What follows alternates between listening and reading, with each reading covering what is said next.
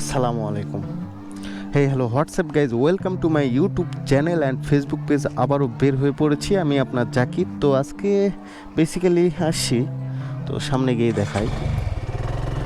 আমি আজকে এসেছি এই যে উত্তরগ্রাম সরকারি প্রাথমিক বিদ্যালয়, স্থাপিত 1892, নির্মাণ 2002, বাস্তবায়নে LGUD মহাদেবপুর নওগাঁ। বিশেষভাবে এখানে ভিডিওটা করার একটাই রিজন যে, এবং আমাদের পাঠদান করার যে প্রথম যে ধাপ এবং যে স্কুল থেকে পাঠদান শুরু করেছি, যে আমাদের উত্তরগ্রামের কৃতি সন্তানরা যারা এই স্কুলে পড়েছে, এই ভিডিওটা দেখার পর তাদের এখানকার ইমোশনগুলো এবং এখানকার যে স্মৃতিগুলো আমি জানি জেগে যাবে মনে।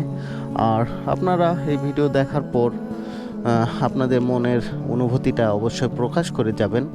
আর এটাই আমার আপনার এই উত্তরগ্রাম, এই আদর্শ গ্রামের এই আমাদের ঐকত্য এবং আমাদের যে ভালোবাসা, সেটা তো দেখতেই তো পাচ্ছেন সবাই কতটা ঐকত্যবদ্ধ হয়ে এই যে খেলাধুলা করতেছে। আর এই স্কুল থেকে আমাদের বেড়ে ওঠা, আমাদের কলম দিয়ে প্রথমে খাতায় লেখা শুরু করা, এবং আমরা এই বেঞ্চে বসে হাজারো স্বপ্ন দেখেছি, আমি ইঞ্জিনিয়ার হব, আমি ডাক্তার হব, আমি অনেক কিছু,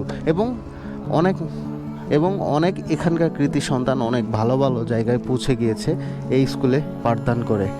আর এটাই আমাদের শৈশব কিশোর ভালোবাসা, এটাই আমাদের শৈশবের একটি প্রতীক, আমাদের কিশোরের একটি প্রতীক, আমাদের স্বপ্ন দেখার একটা প্রতীক, এবং আমাদেরকে স্বপ্ন দেখানোর একটি প্রতীক এই উত্তরগ্রাম প্রাইমারি স্কুল। এই স্কুল থেকে আমাদের জীবনের শুরু হয় পাঠদান, এবং আমাদের জীবন শুরু হয় পথ চলা, আমাদের জীবনে শুরু হয়েছিল স্বপ্ন দেখা। তো এই স্কুলে আমরা এই ক্লাস শেষ হইলেই দৌড়ে এই মাঠে দৌড় দিতাম। মাঠে আমরা অনেক প্রতিযোগিতায় অংশগ্রহণ করেছি, অনেকবার পড়ে গিয়েছি, আবার উঠে দাঁড়িয়ে আবার প্রতিযোগিতায় অংশগ্রহণ করেছি। এইভাবেই আমাদের ছোটকাল পার করেছি। আর এই যে বটগাছের বিষয়টা, এই বটগাছের অনেক শিকড় ছিল, এখানে আমরা টিফিনের সময় বসে থাকতাম, অনেক বন্ধুরা খেলাধুলা করতাম, হাসি মজা খুনসুটি চিল্লাপাল্লা সব কিছুই এখান থেকে করতাম। আর এই বটগাছটা আমাদের হাজারো এই উত্তরগ্রামের মানুষের স্মৃতি হয়ে আজও দাঁড়িয়ে আছে। যদিও বা এই বটগাছের শিকড়গুলো এখন নেই, এখানে এই যে স্টেজ করা হয়েছে, এবং আমাদের স্বার্থে আমাদের উন্নয়নের কাজের জন্য এই স্টেজটা করা হয়েছে।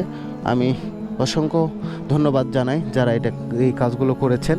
আর এটাই ছিল এই স্কুলের যে দেখছেন গুনগুন আওয়াজ আসতেছে স্টুডেন্টের, সেই আওয়াজ আমার মনের মধ্যে বাজিয়ে তুলতেছে এই হাজারো স্মৃতিগুলো। আর এখানে অনেক ভালো পাঠদান হইতো, এখনও হয়। আমি জানি এই স্কুলের একটা আলাদা একটা পরিচিতি আছে, আলাদা একটা সম্মান আছে, আলাদা করে মানুষ এটার প্রশংসার একটা স্টেজে রাখে এই স্কুলকে, এই প্রাইমারিকে।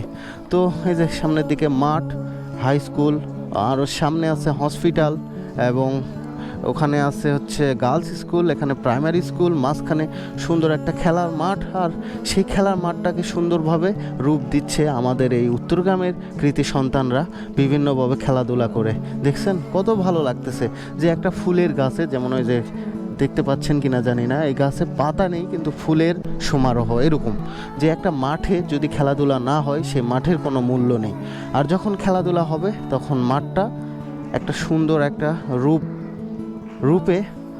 ধারণ করবে, সুন্দর একটা রূপ ধারণ করবে, এটাই হচ্ছে বিষয়।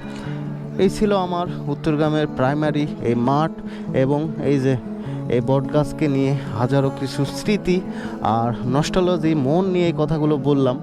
আর জানি না এই প্রাইমারিতে পড়েছেন কারা, এখান থেকে কত বড় হয়েছেন, আর ভিডিওটা কেমন লাগলো অবশ্যই আপনারা কমেন্ট বক্সে জানাবেন যে আপনাদের ইমোশন হিট করেছে কিনা। এই জায়গা আজও এমনই আছে, আমরা বদলে গেছি, আমাদের পরিস্থিতি বদলে গিয়েছে, আমাদের বয়স বেড়েছে, কিন্তু এই জায়গা এবং এখানকার যে ইমোশন, যে ভালোবাসা, এখানে এসে দাঁড়ালে হাজারো স্মৃতিগুলো মনে পড়ে। আপনি ভেবে দেখেন ওই বয়সটাতে যদি আপনি ফিরে যেতে পারতেন তাহলে আপনার কত ভালো লাগতো ভাবেন। আমি জানি এই কথাগুলো শোনার পর আপনার মনের ভেতর একটা অনুভূতি কাজ করতেছে, মানে কি বলবো, যদি ফিরে যেতে পারতাম এই বিষয়টা কাজ করতেছে। আর এই ভিডিওটি লম্বা করব না, তো ভিডিওটি কেমন লাগলো অবশ্যই, আমি একটা উত্তরগ্রামের কৃতি সন্তান, আর ভিডিওটি যদি ভালো লেগে থাকে তাহলে অবশ্যই কমেন্ট বক্সে জানাবেন। আর সামনের দিকে এরকম ভিডিও করব। আপনাদের আমি নিজে কিছু না, আপনারাই আমার শক্তি, আপনাদের হাতই আমার শক্তি, আপনাদের ভালোবাসাই আমার শক্তি। আপনাদের প্রতি সবসময় দোয়া ও ভালোবাসা থাকে আমার। আমি আপনাদের অনেক ভালোবাসি, কারণ আপনারা অনেক ভালো মানুষ, আর আমি নির্বোধ এবং ছোট একটা ক্ষুদ্র মানুষ।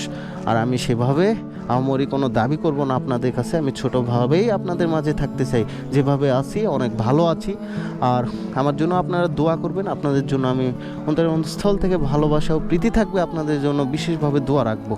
তো আপনারা যেখান থেকে আমার ভিডিও দেখছেন, সবার জন্য সুস্বাস্থ্য কামনা করছি। সবাই ভালো থাকবেন, সুস্থ থাকবেন, আমার জন্য দোয়া করবেন। আল্লাহ হাফেজ।